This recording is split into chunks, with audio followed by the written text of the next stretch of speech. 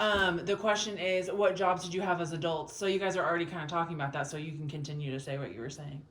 What was your question? What jobs did you guys have as what adults? jobs did I What'd have? you work? Well, I was going to school, and you had to take part of it in Kansas City, the actual school. So when I went up there, Becky went up to stay with her mom, and we had Danny then, and her and Danny went out and stayed with her mom, and I went to Kansas City until I got a job up there, and I'd work in the daytime and go to school at night. And then I came down and got her and brought her up there, and we stayed in an apartment. And the job that I had wasn't a very good job. So on a Friday night, when I'd get paid, we'd go buy our groceries and stuff and gas and what we'd need. And I'd have about $3.50 left. And that's all we'd have to live to the next paycheck. But we made it. We got through it. And every once in a while we would splurge a little and go to the car races there in Kansas City. And it didn't cost a whole lot. And I had some silver dollars. We had some silver dollars that I'd saved up, as we spent those silver dollars going to car races. Nice. And what was the first job y'all had?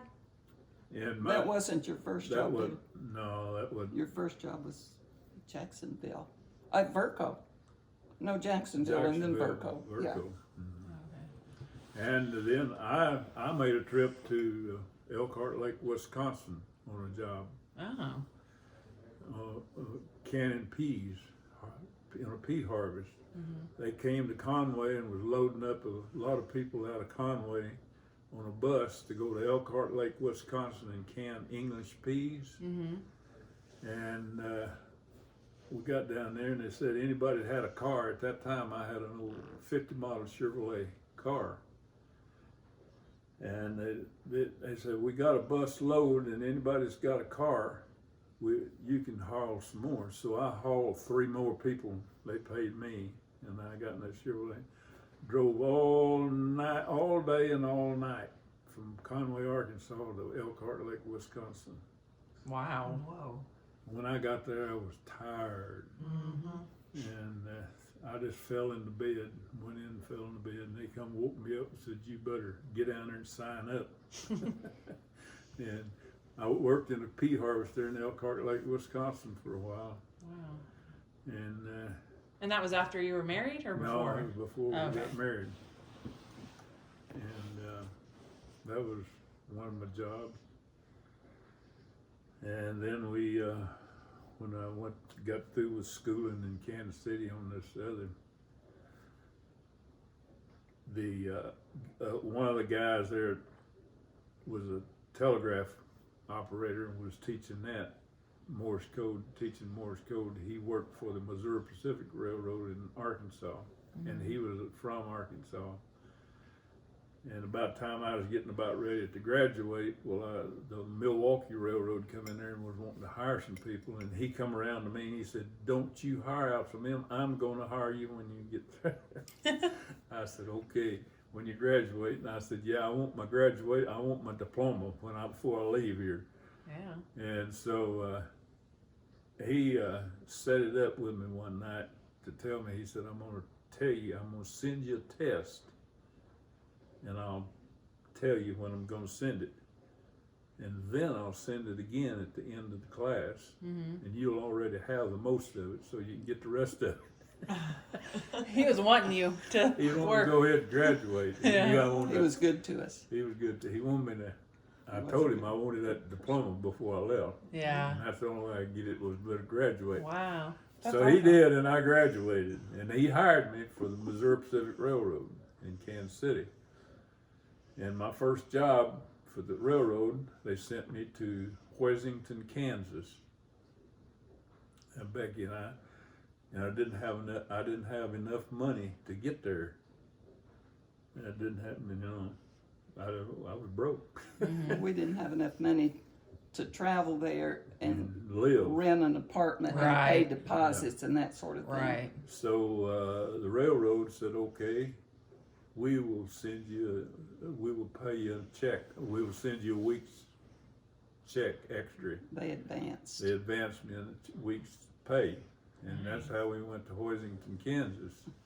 That was the first job, and we worked in Hoisington, Kansas, Falls City, Nebraska, Osawatomie, Kansas, Kansas City, Missouri, Wynne, Arkansas, Nevada, Missouri, St. Louis, Missouri, Little Rock, That was in 13 Atchison. months. 13 Atchison. months. We were gypsies. Wow. Kansas City.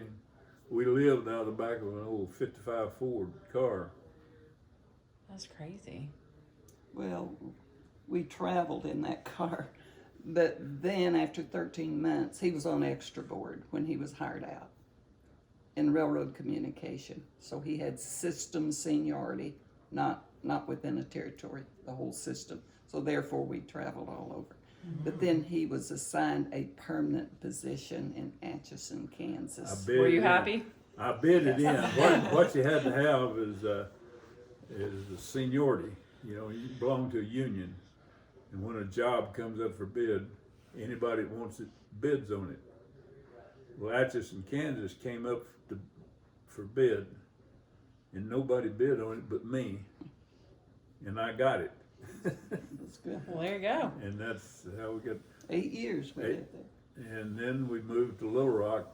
The job came open in North Little Rock, in Little Rock, and I said, Becky, let's go home. And so I bid on that job and got it. But we lived in Conway. We lived in Conway, and I worked in Little Rock. And then, while I was there, I broke in as a train dispatcher. The train dispatchers was right next door to my office there. And the job I had there was pretty lax. I didn't have much to do. So most of the time I stayed in there with the dispatcher's office, learned how to be a dispatcher. And so when I broke in, I become a train dispatcher and quit the relay job. And the train dispatcher was a better job. Like Yeah, it paid more and a better Yeah. job. And that's what I retired as. That a was train smart. dispatcher. You were training before you even had to. Yeah. He started out Morse code on his first job, Morse code mentioned. And when he retired 36 years later, he had 5 computer screens on his desk, and the wall was all an electronic board with lights with train movement, meeting and passing, going in sidings. And the computer system was second to NASA space age computers. Wow. He went from Morse code to that in 36 years. You learned a lot.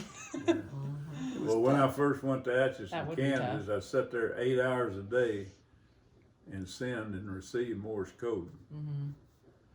And I was what you call a relay operator.